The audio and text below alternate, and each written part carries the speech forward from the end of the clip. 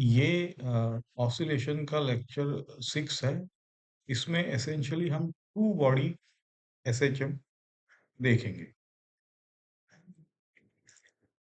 इस लेक्चर में हम कुछ नॉन स्टैंडर्ड एसएचएम सिचुएशंस देखेंगे। ब्लॉक स्प्रिंग को हीट करता है लेकिन परमानेंटली अटैच नहीं होता, उसका कांटेक्ट टाइम क्या है? ब्लॉक दो स्प्रिंग के बीच अगर टू एंड फ्रो मोशन चलता है तो क्या करेंगे? एसएचएम के बीच इम्पल्स लगता है तो एम्पलीट्यूड और फेस कैसे चेंज होता है? इलास्टिक वॉल के साथ स्प्रिंग मास सिस्टम कैसे हम हैंडल करेंगे? और फिर टू बॉडी एसएचएम, दो ब्लॉक प्लस एक स्प्रिंग, रिड्यूस्ड मास का यूज देखेंगे।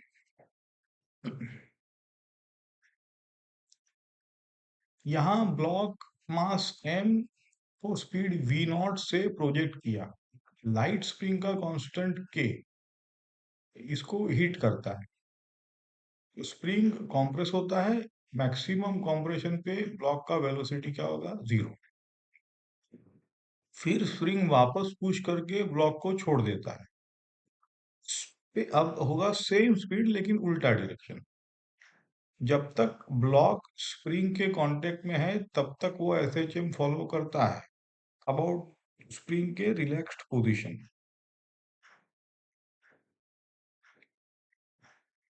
कांटेक्ट के दौरान हम लिखेंगे omega equal to square root of k by m और एक्स टी लिखेंगे a sine omega t plus five.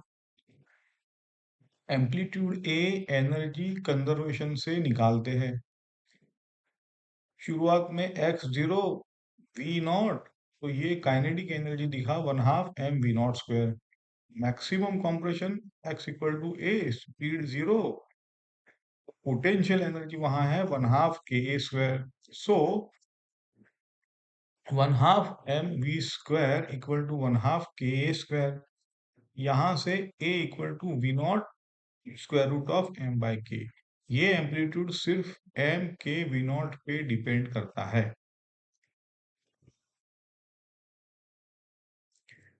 अब टाइम ऑफ कांटेक्ट चाहिए।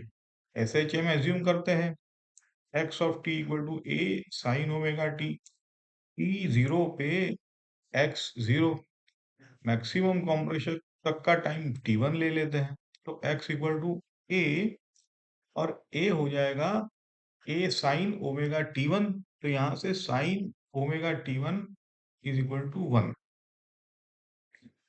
तो omega t1 is equal to pi by 2, यहां से t1 हो जाएगा पाई बाय 2 ओमेगा, तो ये pi by 2 square root of m by k। वापस a से 0 तक आने में भी सेम टाइम लगेगा क्योंकि ऐसे जब सिमेट्रिक है, तो टोटल कांटेक्ट टाइम हम लिखेंगे 2 टाइम्स t1, और ये हो जाएगा हमारा pi square root of m by k.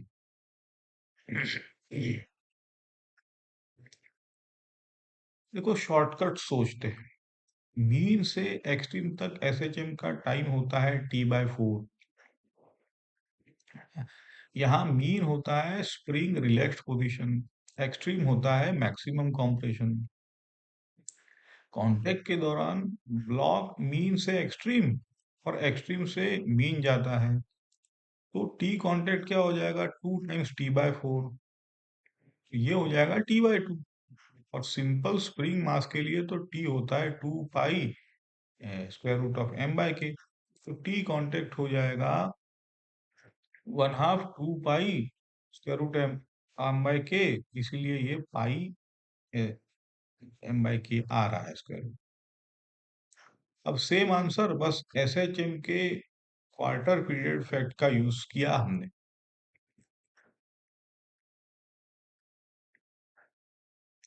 देखो अब क्वेश्चन 1 में दो लाइट स्प्रिंग्स है K1 1.8 है, K2 3.2 न्यूटन पर मीटर। बीच में ब्लॉक मास है 0.2, स्प्रिंग के फ्री एंड्स के बीच डिस्टेंस CD है 0.6 मीटर। ब्लॉक इस रीजन में वेलोसिटी 1.2 मीटर पर सेकंड से चलता है। देखो, ब्लॉक ए से आता है, लेफ्ट स्प्रिंग टच करता है, एसएचएम करता है, फिर निकल के बीच के रीजन में यूनिफॉर्म स्पीड से चलता है, फिर राइट स्प्रिंग के साथ एसएचएम करता है, फिर वापस। एक कंप्लीट ए बी ऑसिलेशन का टाइम निकालना है और देखना है क्या ये प्योर एसएचएम है। हाँ, तो पहले इंट्यूशन तो यही कहता है कि बीच में तो ब्लॉक फ्री हो जाएगा, तो इंट्यूशन कहता है कि प्योर एसएचएम तो will not be there anyways. जब ब्लॉक स्प्रिंग के कांटेक्ट में होता है वो सिंपल स्प्रिंग मास एसएचएम है। वो लेफ्ट साइड का स्प्रिंग देखो K2, हाफ साइकिल मीन से एक्सट्रीम, एक्सट्रीम से मीन का टाइम हो जाएगा T2/2। राइट साइड का स्प्रिंग है K1, के लिए भी ऐसा ही कर देते। सो T1 इक्वल टू T1/2, ना capital T1/2 pi square root of M/K1, ये हो जाएगा पाई स्क्वायर रूट ऑफ 0.2/1.8, तो ये आएगा पाई/3 सेकेंड्स। सिमिलरली हम T2 निकालेंगे, ये आएगा पाई/4 सेकेंड्स। तो बीच के रीजन में C से D तक दोनों स्प्रिंग रिलैक्स, ये स्मूथ सरफेस है, तो कोई हॉरिजॉन्टल फोर्स नहीं, यहाँ मोशन यूनिफॉर्म है, तो V 1.2 मीटर पर सेकंड रहेगा। सीढ़ी का डिस्टेंस L ले ले 0.6 मीटर दिया हुआ है, तो C दो बार ट्रैवल करेगा, T3 हो जाएगा 2L/V।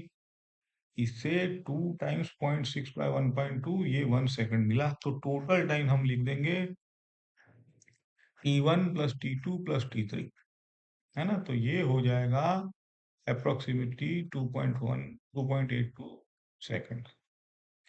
यहाँ इंपॉर्टेंट है कि between C and D F0 है, SHM कंडीशन है F इक्वल टू माइनस की है। व्यूअर पाथ पे यहाँ सेटिस्फाई नहीं होगी जैसे मैंने कहा था, क्योंकि बीच में कहीं फोर्स जीरो हो गया है, तो इसलिए मोशन ऑसिलेटरी है, लेकिन हम इसको एसएचएम नहीं कह सकते।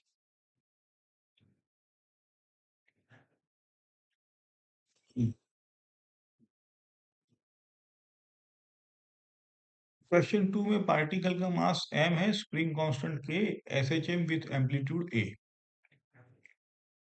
देखो आप यहाँ पे प्लस a/2 पे मूविंग राइट, उसको एक इम्पल्स मिलता है जो वेलोसिटी को डबल कर देता है, डायरेक्शन सेम। फाइंड करना है वेलोसिटी आफ्टर द इम्पल्स,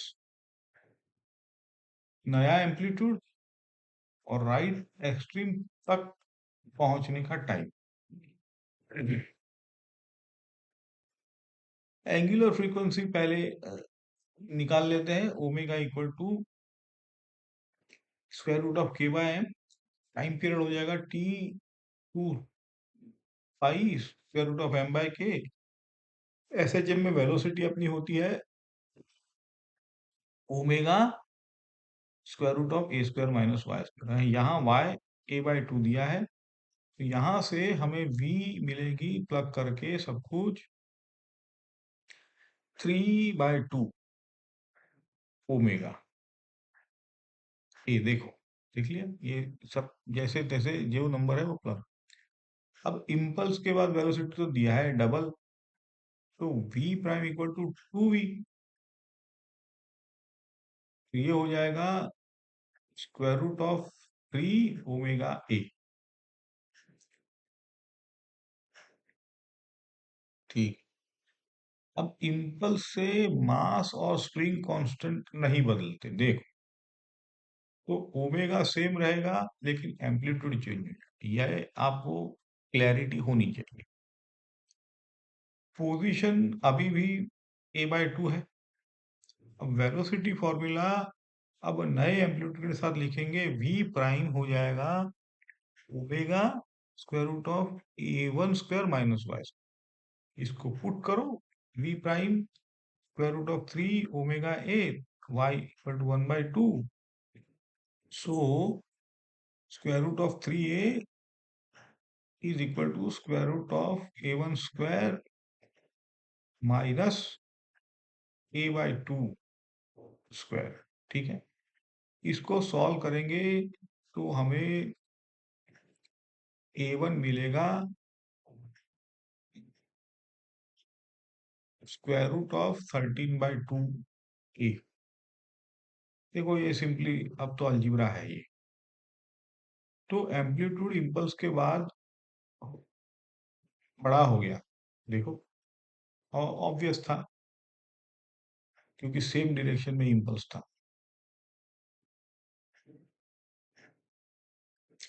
अब राइट एक्सट्रीम का डिस्टेंस, तो ये तो प्लस लेना पड़ेगा a1। फेजर सर्कल सोचते हैं a1 रेडियस का, प्रेजेंट पोजीशन है a/2, हाँ, y इक्वल टू। देखो यहाँ फेजर की प्रैक्टिस भी हो जाएगी। आप cos थीटा लिखेंगे y/a1, देख, तो a/2/a1, तो यहाँ पे आएगा 1/√13। ये थीटा एंगल है प्रेजेंट पोजीशन से राइट एक्सट्रीम के बीच। एसएचएम में थीटा होता है ओमेगा टी, ई यहाँ आ जाएगा थीटा/ओमेगा is equal to square root m/k cos inverse -1।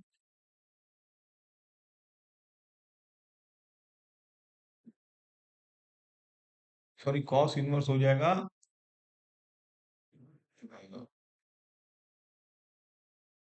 Square root of 13, है ना, 1/13, सॉरी,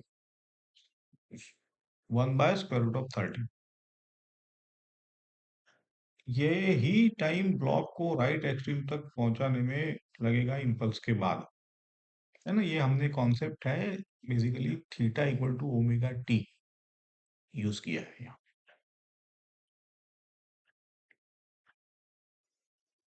अब ये और एक इंटरेस्टिंग केस देखें। ब्लॉक स्प्रिंग के साथ एसएचएम कर रहा है, एम्पलीट्यूड ए है, राइट साइड में मीन पोजीशन से a/2 डिस्टेंस पे एक इलास्टिक वॉल है। ब्लॉक जब राइट साइड आता है, वॉल से कोलाइड करता है, तो इलास्टिक कोलिजन है, तो स्पीड सेम, डायरेक्शन रिवर्स, कोई एनर्जी लॉस नहीं। इस वाले कंस्ट्रेंट मोशन का इफेक्टिव टाइम पीरियड निकालना है, हाँ? चलो, तो यहाँ भी अभी देखो वापस फेजर सर्कल देख लो, ड्रॉ करते हैं। जैसे यहाँ दिया है रेडियस ए होगा, कोलिजन वाली पोजीशन कॉरस्पॉन्ड करती है y इक्वल टू a/2 को, ठीक है ना, क्योंकि वॉल थी वहां। तो फेजर में cos थीटा हमारा आ जाएगा, देखो, a/2/a, देखो, तो यहाँ आ जाएगा 1/2, इससे थीटा आएगा π/3। अब इलास्टिक कोलिजन डायरेक्शन को रिवर्स कर देता है? मतलब फेजर का एंगल इफेक्टिवली 2 थीटा से जंप हो जाता है। ये थोड़ा आपको रूल ऑफ थंब ले लो कि डायरेक्शन रिवर्स, तो phasor 2 theta, therefore we can say 2 theta is equal to 2π/3, यानी हर कोलिजन में phase change delta phi is equal to 2π/3। Okay, तो अभी इस फेज चेंज के कॉरस्पॉन्डिंग टाइम देख लो, डेल्टा टी होता है omega delta phi, sorry, delta phi is equal to 2π/ओमेगा, तो यहीं से डेल्टा टी आया है t/2π डेल्टा फाइ। तो यहां से t/2π टाइम्स फ्रैक्शन ऑफ 2π/3, तो ये मिलेगा t/3। देखो डेल्टा टी मिल गया। तो फुल अनकंस्ट्रेंट पीरियड टी में एक पार्ट इफेक्टिवली स्किप हो गया है, तो इफेक्टिव पीरियड हमें मिलेगा T minus T by three, तो ये 2t/3। और नॉर्मल स्प्रिंग मास के लिए तो T equal to 2 pi m/k होता है, इसलिए हमें सिंपली टी प्राइम लिखेंगे यहाँ जो प्लग इन करने के बाद 4 पाई/3 square root of m/k।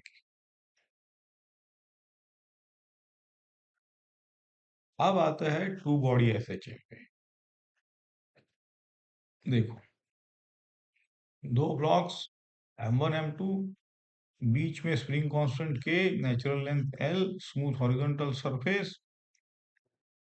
Spring initially x not से कॉम्प्रेस है, फिर छोड़ दिया है।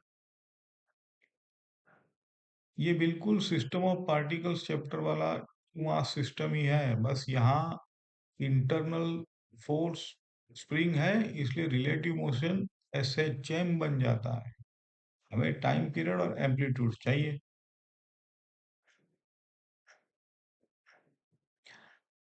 अभी let the equilibrium positions of masses be A and B. तो डिस्प्लेसमेंट फ्रॉम द इक्विलिब्रियम हम x1 फॉर m1 और x2 for m2। External horizontal force तो जीरो है, इसका मतलब है COM एट रेस्ट। तो COM कंडीशन क्या आ जाएगी? m1 plus m2 x of COM is equal to m1 x1 plus m2 x। अगर इनिशियल COM रेस्ट पे है तो हमेशा m1 x1 plus m2 x2 zero. तो मैग्नीट्यूड के लिए हम लिख सकते हैं m1 x1 equal to m2 x2। देखो, है ना, हमें तो मैग्नीट्यूड से मतलब है क्योंकि हमें पता है कि अब ये रिलेटिव है। ये एग्जैक्टली वही रिलेशन है जो हमने COM चैप्टर में देखा है। स्प्रिंग का कॉम्प्रेशन या एक्सटेंशन होता है delta L equal to x1 plus x2। Force on m1 ले लो, तो ये आएगा minus of k x1 plus x2। COM relation से हमें पता है x2 लिखा जाएगा m1 बाय m2 x1। यहां से फोर्स निकल के आएगा minus of k m1 plus m2 by m2 times x1। तो इक्वेशन ऑफ मोशन क्या है? m1 D square X, sorry D square x1 by dt square, ये हो जाएगा f1। तो यहां से D square x1 by dt square हो जाएगा माइनस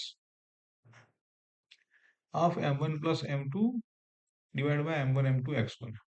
सो यहाँ से हमें ओमेगा स्क्वायर मिलेगा m1 m2 by m1 plus m2। तो यही हम लिखेंगे k बाय म्यू, जहाँ म्यू रहेगा रिड्यूस मास जो हमें पता है m1 m2 by m1 plus m2 होता है। ये सिस्टम ऑफ पार्टिकल्स वाली डेफिनेशन है।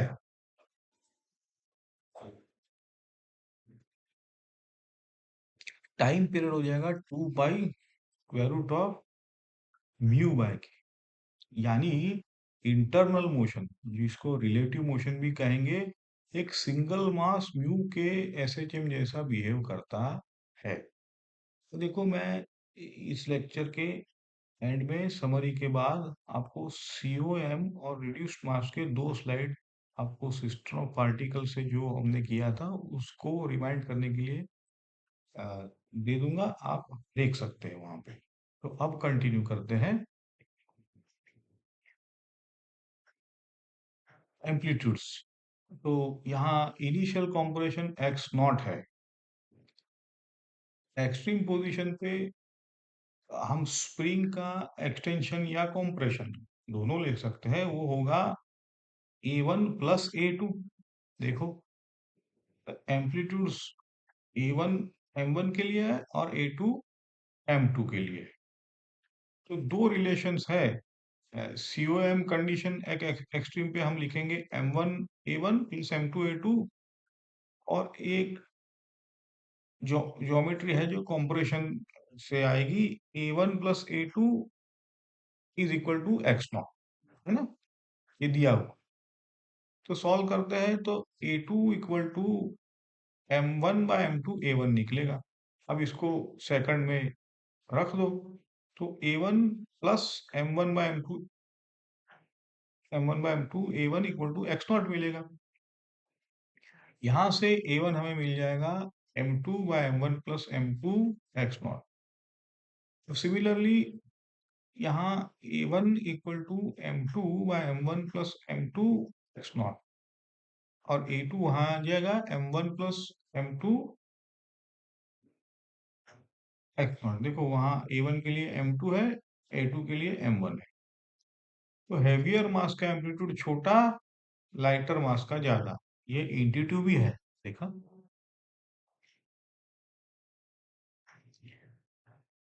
एक एग्जांपल है, देखो 3 kg और 6 kg ब्लॉक स्मूथ सरफेस पे, बीच में स्प्रिंग का के दिया है 800 न्यूटन पर मीटर। तो स्प्रिंग को 6 सेंटीमीटर कॉम्प्रेस करके छोड़ दिया। टाइम पीरियड क्या होगा, 3 kg ब्लॉक का एम्पलीट्यूड क्या होगा, 6 kg का मैक्सिमम मोमेंटम क्या होगा। को रिड्यूस मास हमें पता है, म्यू लिखेंगे M1 M2 by M1 plus M2, तो ये हो जाएगा 2 kg। टाइम पीरियड के लिए हम 2 pi square root mu by k लिखेंगे। तो 2 पाई, ये सब जो नंबर है वो प्लग इन करने से हमें पाई/10 सेकंड मिले, ठीक है। अब एम्पलीट्यूड ऑफ 3 kg ब्लॉक के लिए M1 तो 3 kg है, M2 6 kg है, एक्स नॉट 6 सेंटीमीटर दिया हुआ है। तो हमें पता है A1 लिखेंगे M2 by M1 plus M2 X naught, तो ये सीधा निकल के आएगा 4 centimetre. You just have to plug the numbers in. अब मैक्सिमम स्पीड मीन पोजीशन पे होता है, इसीलिए लेट 3 kg का मैक्सिमम स्पीड V1 और 6 kg का V2। तो मोमेंटम कंजर्वेशन, क्योंकि एक्सटर्नल फोर्स नहीं है, इसीलिए 3V1 इक्वल टू 6V2। तो यहाँ से V1 2V2 निकल आया। एनर्जी कंजर्वेशन लगाओ एट मीन, सारा स्प्रिंग एनर्जी काइनेटिक एनर्जी में, क्योंकि मीन है देखो। तो 1/2 3V1 square plus 1/2 6V2 square equal to 1/2 k x not square, है ना, मीन पोजीशन पे। तो V1 इक्वल टू 2V2 आया है, केस 800 दिया है, एक्स नॉट 0.06 दिया है। यहाँ से 3/2 2V2 square plus 3V2 square equal to 400 times 0.06 square लिख दो। यहाँ से V2 आपका आ जाएगा 0.4 मीटर पर सेकंड। सो 6 kg वाला ब्लॉक का मैक्सिमम मोमेंटम लिख सकते हैं, T2 बोल दो मोमेंटम को, 6 टाइम्स 0.4, 2.4 kg मीटर पर सेकंड। देखो अब रैप अप करते हैं। पहला था block hitting the spring but not attached, तो यहाँ पे T contact pi by square root of M by k आया था। और ये कैसे निकाला था कि जब तक कांटेक्ट में है वो SHM मान लेंगे। दो स्प्रिंग के बीच जो ब्लॉक था उसमें भी कांटेक्ट रीजन में SHM, बीच में यूनिफॉर्म मोशन, और बीच में F0 था, इसलिए SHM नहीं था। अब जब इम्पल्स देते हैं ड्यूरिंग द SHM, तो ओमेगा सेम रहेगा, एम्पलीट्यूड और फेस चेंज हो सकते हैं, ओमेगा आपको सेम रखें। इलास्टिक वॉल के साथ अगर स्प्रिंग मास है तो यहाँ फेस चेंज होता है ना, देखो, क्योंकि वो भी इम्पल्स ही है। वॉल फेस को जम करवाता है, और इफेक्टिव पीरियड आपका आया था 4 पाई/3 square root of M by k. Two body SHM में COM और सिस्टम ऑफ पार्टिकल चैप्टर का ही 2 मास सेटअप है। रिलेटिव मोशन के लिए रिड्यूस्ड मास यूज करते हैं, और time t equal to 2 pi square root of mu by k. तो म्यू था M1 M2 upon M1 plus M2। Amplitudes के लिए A1 equal to M2 by M1 plus M2 X naught, A2 के लिए M1 bye M1 plus M2 X not, ठीक है। अब next lecture में इसी बेस को यूज करके आगे ऑसिलेटर सिस्टम्स वगैरह देख सकते हैं। अब देखो ये दो स्लाइड्स आपको जो रिड्यूस्ड मास और सीओएम फ्रेम ऑफ रेफरेंस में कैसे रिलेटिव मोशंस मिलते हैं ब्लॉक के, उसका रिमाइंडर है। एक बार देख लो।